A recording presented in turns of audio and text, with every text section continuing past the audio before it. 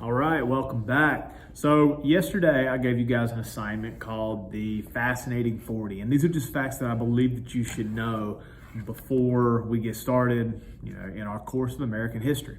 So these are again just basic factual information about American history that I will use to help mold our class around what you already know and then what you need to know. So we're going to go ahead and go through this. I want you to use this as a way to kind of check off if you got it right or wrong. I am just grading you on completion because, again, I'm not going to punish you for what you don't already know coming into this class, but the more that we can kind of figure out the discrepancies, the better this class will serve you. So without any further ado, let's go ahead and get started. Number one, what European man is credited with discovering North America? So the European man that is credited most often with discovering North America, that is Christopher Columbus. Now, this does not come without controversy, but for the most part, this is where we are going to begin our venture into America's past.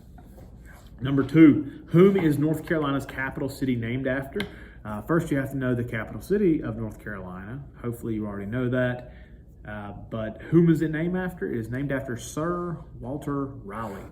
Number three, what was the name of the first English child born in America? Hint, she was born in North Carolina, and her last name is also the name of a North Carolina county that borders the coast. The name of this child, Virginia Dare, Dare County. Number four, what was the first permanent English colony in North America? The first permanent English colony was Jamestown, not Jamestown, North Carolina, Jamestown, Virginia. Still not very far away. Number five, what was the first cash crop of the New World? That was tobacco, mainly due to the climate. Number six, what was the name of the group that landed in Massachusetts in 1620 and created the Plymouth Colony? That was the Pilgrims, or that's what we refer to them as. Number seven, how many colonies were there at the time of the American Revolutionary War? There were 13 colonies. That's why we have 13 stripes on the U.S. flag. Number eight, what two events in the 1770s would mark Boston as the center of the Patriot movement? That was the Boston Massacre and the Boston Tea Party. Ironic. Number nine, on what day and year was the Declaration of Independence first signed? So I threw this one in there as kind of a curveball, just to kind of see if I could catch a couple of you off guard, and also to kind of see if people are being honest with their answers. Now, the answer that I'm expecting here is July 4th. Kind of use this as a teaching moment. So July 4th is when the Declaration of Independence was ratified, so when it was officially approved, but it was not until August 2nd of 1776 that the Declaration of Independence was first signed by John Hancock, who was the president of the Continental Congress that was in charge of writing the Declaration of Independence. So again, you're not graded on if you got this one right or wrong. I wanted to throw this in there to kind of keep you honest a little bit. Maybe I got you, maybe I tricked you, maybe I didn't. And if you knew August 2nd was actually the day that it was signed, then kudos to you. Let's see, which one are we at? Number 10, who was the first person to sign the Declaration of Independence? Just answered that, John Hancock. Number 11, which founding father is credited with writing the Declaration of Independence? That was Thomas Jefferson, who would also become our third president. Number 12, what country was the American forces fighting in the Revolutionary War? That is England or Britain, doesn't matter to me which one you refer to them as. Number 13, who was the leading general of the Continental Army or the American forces? That was George Washington.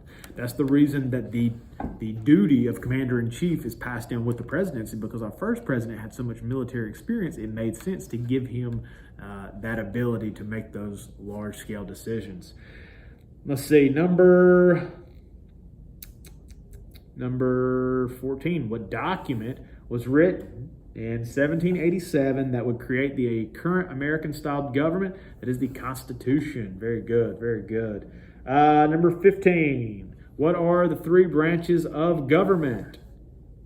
So that is the executive branch, that is the legislative branch, and that is the judicial branch. Very good. Number 16, what are the first 10 amendments to this document called? This document referring to the Constitution, the first 10 amendments are the Bill of Rights. Number 17, who was the first president of the United States of America? You already know.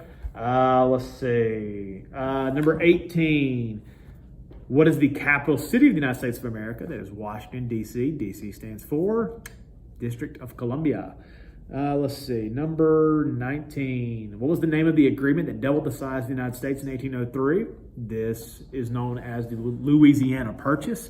It was bought from France, specifically from Napoleon Bonaparte, by Thomas Jefferson, again, our third president of the United States.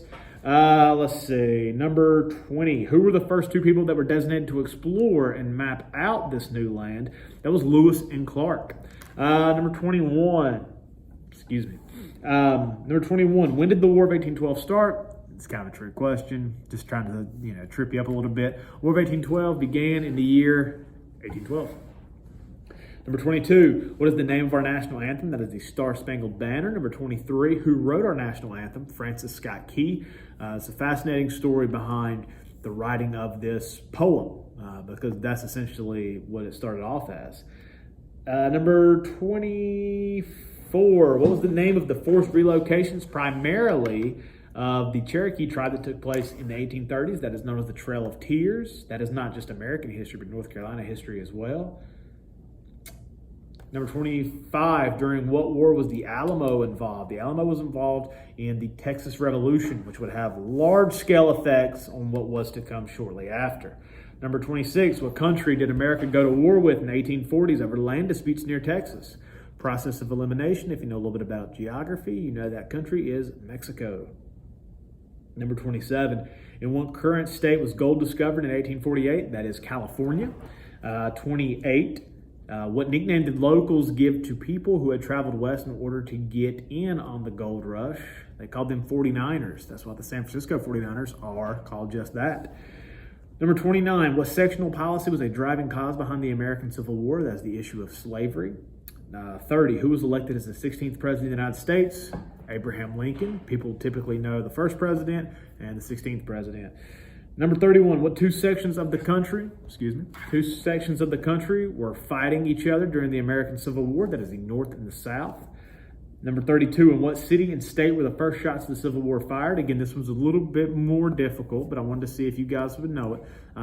So the first shots of the Civil War began, or they were shot off, in Charleston, South Carolina, specifically at Fort Sumter. Number 33, what other name was the North known by during the Civil War? That is the Union. What other name was the South known by? That is the Confederacy. Number 35, what speech did the 16th president give in a Pennsylvania battlefield months after the deadliest battle of the Civil War? That is known as the Gettysburg Address, again, given by Abraham Lincoln. Number 36, what famous former slave is responsible for rescuing fellow slaves via the Underground Railroad? That is Harriet Tubman. Number 37, what section of the country was victorious at the end of the American Civil War? That is the Union, or the North. Number 38, who was the commanding general for the North at the end of the Civil War? Ulysses S. Grant, who would also become the 18th president. Number 39, who was the commanding general for the South at the end of the American Civil War? That is Robert E. Lee. And lastly, and then on a bad note, who assassinated the 16th president of the U.S. days after the last major battle of the Civil War? John Wilkes Booth. Now, started with number 1 in Columbus and ended with number 40 and the assassination of Abraham Lincoln, because again, those are the major events that we are going to be discussing and kind of how our timeline falls in American History 1. So I guess if you're talking about years, we're looking at around 1492 to about 1865, 1870. Okay, so hopefully you guys did well. If you didn't, again, it's not a big deal. We all got to start somewhere. All right, well, thanks for checking this video out, and I'll see you guys tomorrow.